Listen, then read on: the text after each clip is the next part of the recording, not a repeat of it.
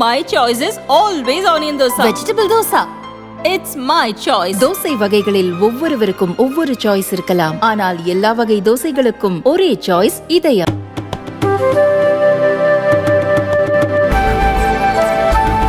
NEET மோசடி குற்றச்சாட்டிலிருந்து எவ்வளவு முயன்றாலும் பாஜகவால் தப்ப முடியாது என்று காங்கிரஸ் தலைவர் கார்கே தெரிவித்துள்ளார். இது குறித்து அவர் வெளியிட்டுள்ள அறிக்கையில், நீட் தேர்வில் நடந்த மோசடி, ஊழல், கல்வி மாஃபியாவை ஊக்குவித்தல் ஆகிய குற்றச்சாட்டிலிருந்து எவ்வளவு முயன்றாலும் பாஜகவால் தப்ப முடியாது.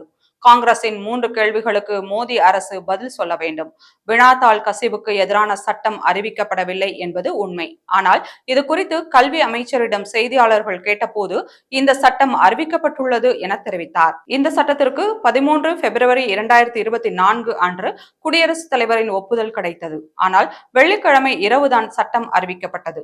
சட்டம் அறிவிக்கப்பட்டு விட்டதாகவும், சட்டம் மற்றும் நீதித்துறை அமைச்சகம் அதன் விதிகளை உருவாக்குவதாகவும் கல்வி அமைச்சர் மீண்டும் பொய் சொன்னது ஏன் என்று கேள்வி எழுப்பியுள்ளார். மேலும் வினாத்தாள் கசிவை முதலில் மறுத்த கல்வி அமைச்சர் தர்மேந்திர பிரதான் பின்னர் குஜராத், பீகார், ஹரியானா மாநிலங்களில் வினாத்தாள் கசிவு தொடர்பாக கைது நடவடிக்கைகள் மேற்கொள்ளப்பட்டதை அடுத்து சில இடங்களில் வினாத்தாள்கள் கசிந்ததால் மீண்டும் தேர்வை நடத்த முடியாது என்று தெரிவித்துள்ளார். ஆனால் 2015ஆம் ஆண்டு உச்சநீதிமன்ற உத்தரவின் பேரில் 6 லட்சம் பேருக்கு மீண்டும் தேர்வு நடத்தப்பட்டது என்பதை சுட்டிக்காட்ட விரும்புகிறேன். நீட் தேர்வில் 0.001% முறைகேடு நடந்திருந்தால் கூட நடவடிக்கை எடுக்க வேண்டும் என்று உச்சநீதிமன்றம் கூறியும் முறைகேடு என்ற விஷயத்தை ஏற்றுக்கொண்ட மோடி அரசு ஏன் தேர்வை மீண்டும் நடத்தவில்லை என்று கார்கே கேள்வி எழுப்பியுள்ளார். அது மட்டுமல்லாமல் வினாத்தாள் கசிவுக்கு எதிராக சட்டம் இயற்றப்பட்ட பிறகும் உத்தரப்பிரதேசத்தின் காவல்துறை ஆட்சேர்ப்பு மற்றும் பதவி உயர்வு வாரியத்தின் வினாத்தாள் கசிந்தது, அவர்கள் மீது மோடி அரசு ஏன் கடுமையான நடவடிக்கை எடுக்கவில்லை என